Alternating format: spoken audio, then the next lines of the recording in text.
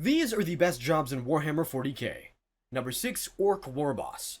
What if the best job in the galaxy was just doing what you love every single day forever?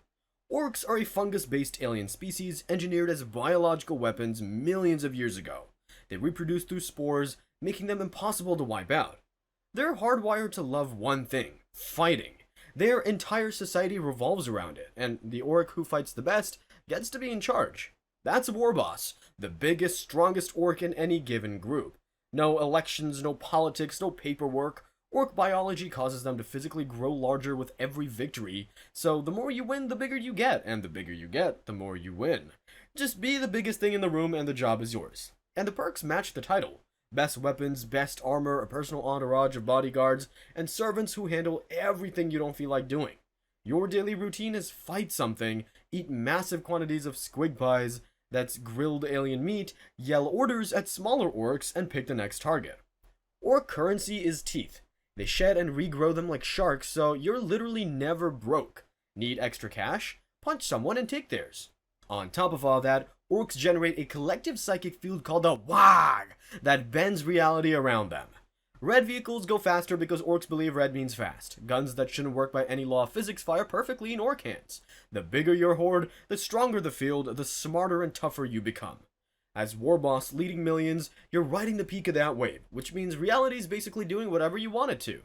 Sure, ambitious orcs below you are constantly trying to take your spot, and eventually something bigger will put you down, but orcs don't see that as a problem. Death in a spectacular fight is the perfect ending. This is the only job on the list where the employee is biologically incapable of being unhappy with their work. Number 5. Tao Ethereal. Every other faction in this setting runs on fear, faith, or violence. The Tao run on cooperation. And at the top of that system sits the Ethereals. The Tao are the youngest major faction. A few thousand years ago, they had only just mastered fire and stone tools. Now they have plasma weapons, battle suits, and an expanding interstellar empire built around a philosophy called the Greater Good.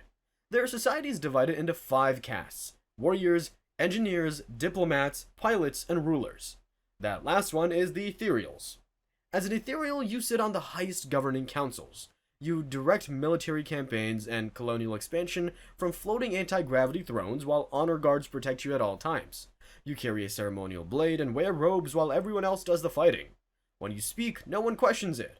When you give an order, any Tao will obey instantly, up to and including ending their own life on the spot if you ask.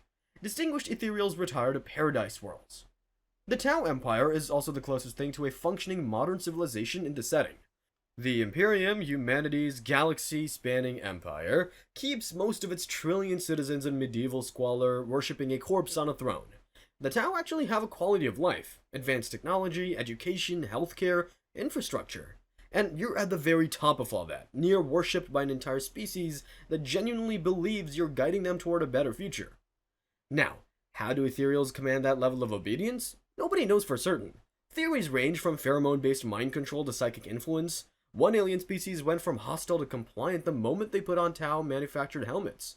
The Tao also practice sterilization of conquered populations and run re-education camps. So, you're either a beloved philosopher king leading your people to enlightenment, or the galaxy's most effective cult leader. Depends on who you ask. Either way, you're living well. Number 4. Inquisitor. What if someone gave you a badge that let you override any authority in a galaxy-spanning empire, commandeer entire armies, and order the destruction of whole planets? And nobody could tell you no?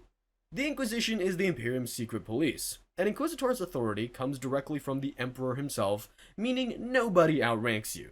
You can requisition Space Marine chapters, those are brotherhoods of genetically engineered super soldiers. You can seize entire battle fleets. You can pass judgment on anyone from the lowest factory worker to the most powerful planetary governor.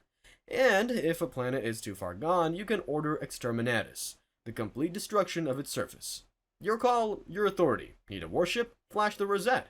That's your inquisitorial badge. And it's yours. Need forbidden knowledge from a sealed vault? Same badge, same result.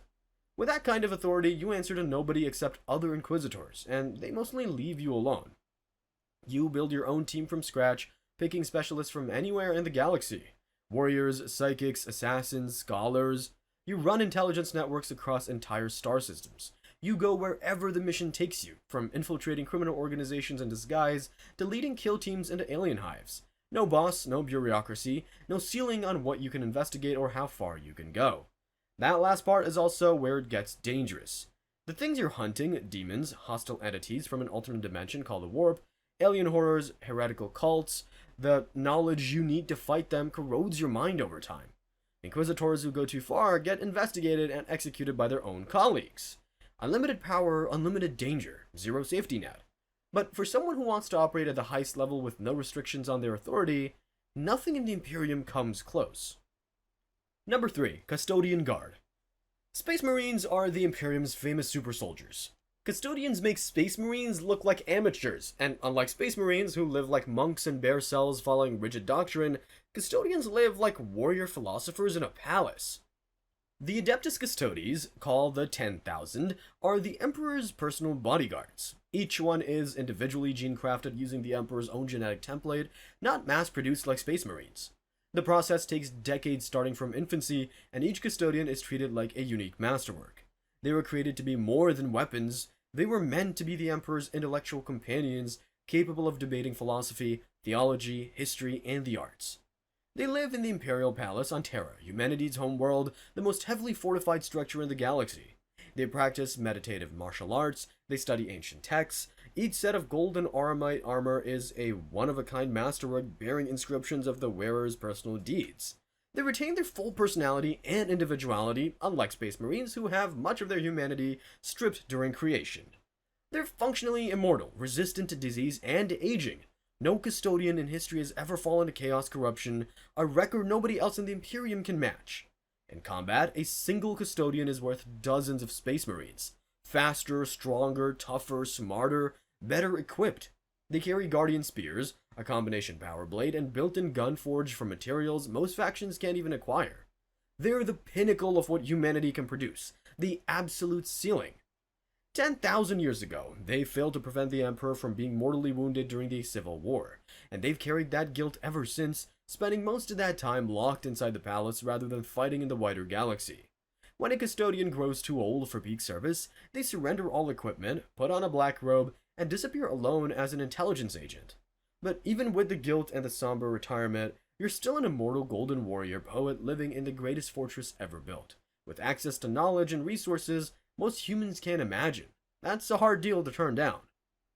Number 2. Navigator. Born into one of the wealthiest families in a million-world empire, with a genetic mutation so essential that nobody in the galaxy can touch you, Navigators are a sanctioned subspecies of human with a third eye on their forehead that perceives the warp, the alternate dimension ships used for faster-than-light travel.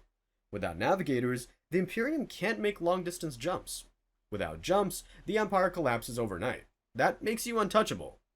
The Emperor himself issued an edict protecting your kind. Navigator houses live in staggering luxury. Palaces containing the greatest art collections in the galaxy. Libraries with millions of books. Wine cellars stocked from a million worlds. Sculpted gardens and ornamental lakes filled with scented water.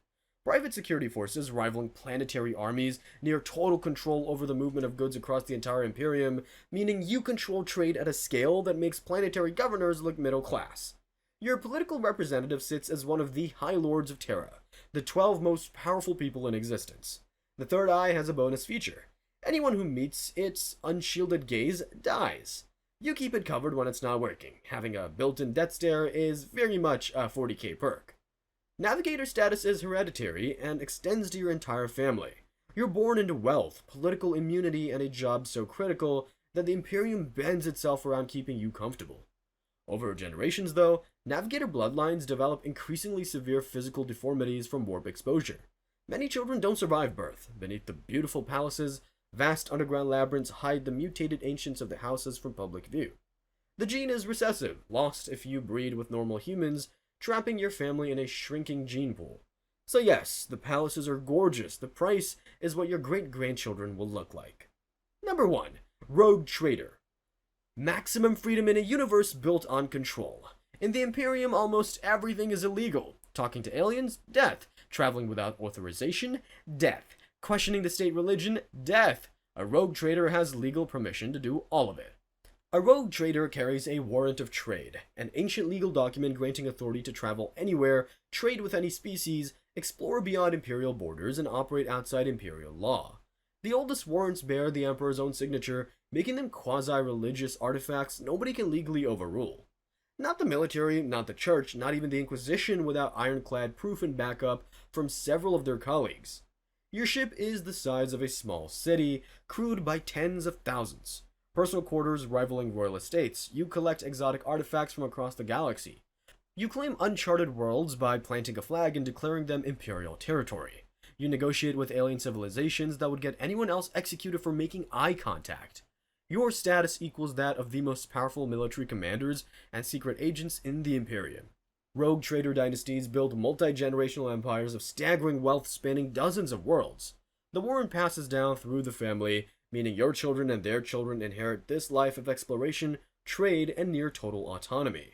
Some dynasties have operated for thousands of years, accumulating influence that rivals entire planetary systems. Most rogue traders inherit the warrant, but some are granted new ones by the High Lords of Terra as a form of political exile. You're essentially told, go be rich and powerful somewhere far away from us. Every warp jump carries risk, dynasty politics can turn bloody fast, and if you push your freedoms too far, the Inquisition takes notice. But in a galaxy where the average citizen eats recycled corpse protein in a toxic factory and never leaves their home district, you're charting nebulae nobody has ever seen while dining on cuisine from species most humans don't know exist. Nothing else in the setting comes close. That's the list. 6 jobs that prove even in the grim darkness of the far future, some people figured out how to make it work. Which one would you take? Drop it in the comments, subscribe for more 40k, and thanks for watching.